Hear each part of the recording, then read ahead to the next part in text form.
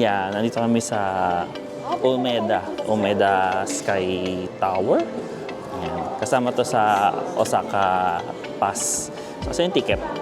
So kumuha kami ng ticket. So yung pass, ayan, libre na siya. Or kasama na siya sa bayad.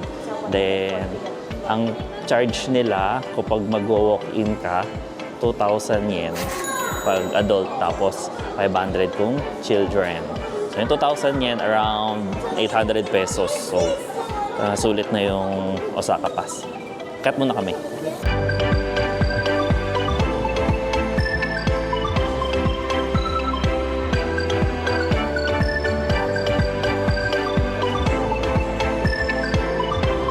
So ito na siya, parang observatory.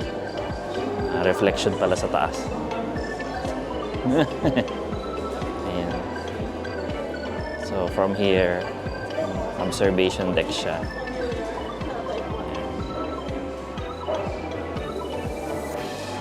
36th floor.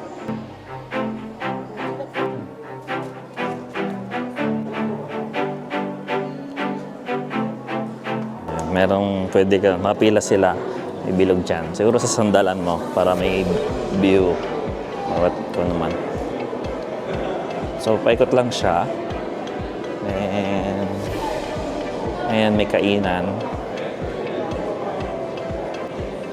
Ayan. So, habang kumakain ka pala ng snack, ayan, diyan ka. Hangharap mo yung view. Kung di ka malululain.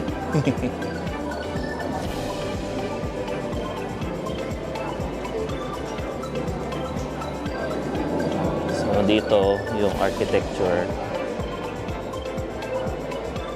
paano tinayo, bilog siya.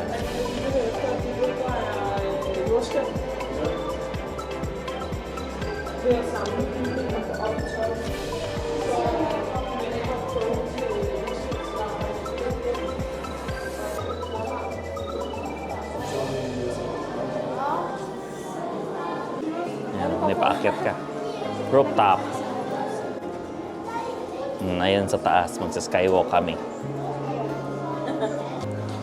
So, meron pala dito nung parang love lock. Ayan, bibili ka nung lock.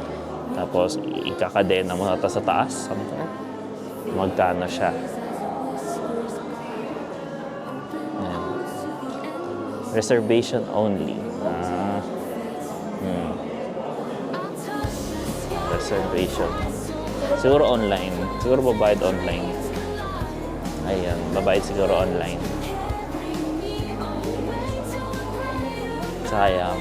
Kasi yung grade nila. So, ayun, hindi kayo pwede mag-walk-in.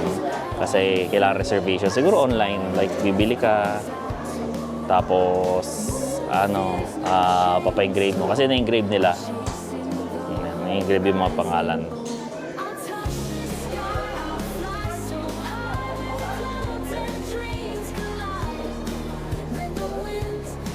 Yan. Hindi naman mahangin. Malamig.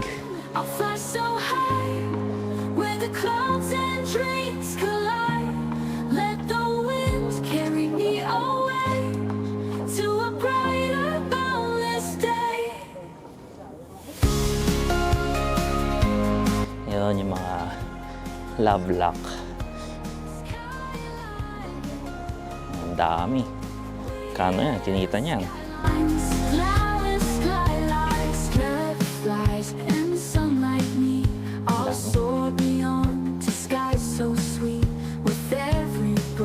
Balak sana namin bumili, pero uuwi namin.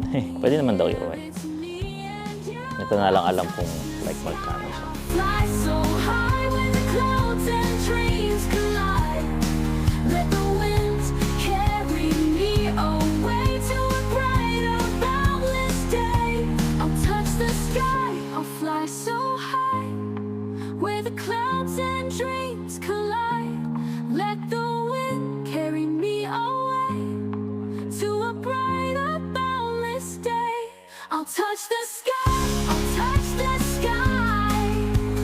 And that's it sa Umeda Sky Observatory. So, next stop namin is sa parang Tennoji area, temple naman. So, magte-tren lang kami papunta doon, then konting walk. So, next stop.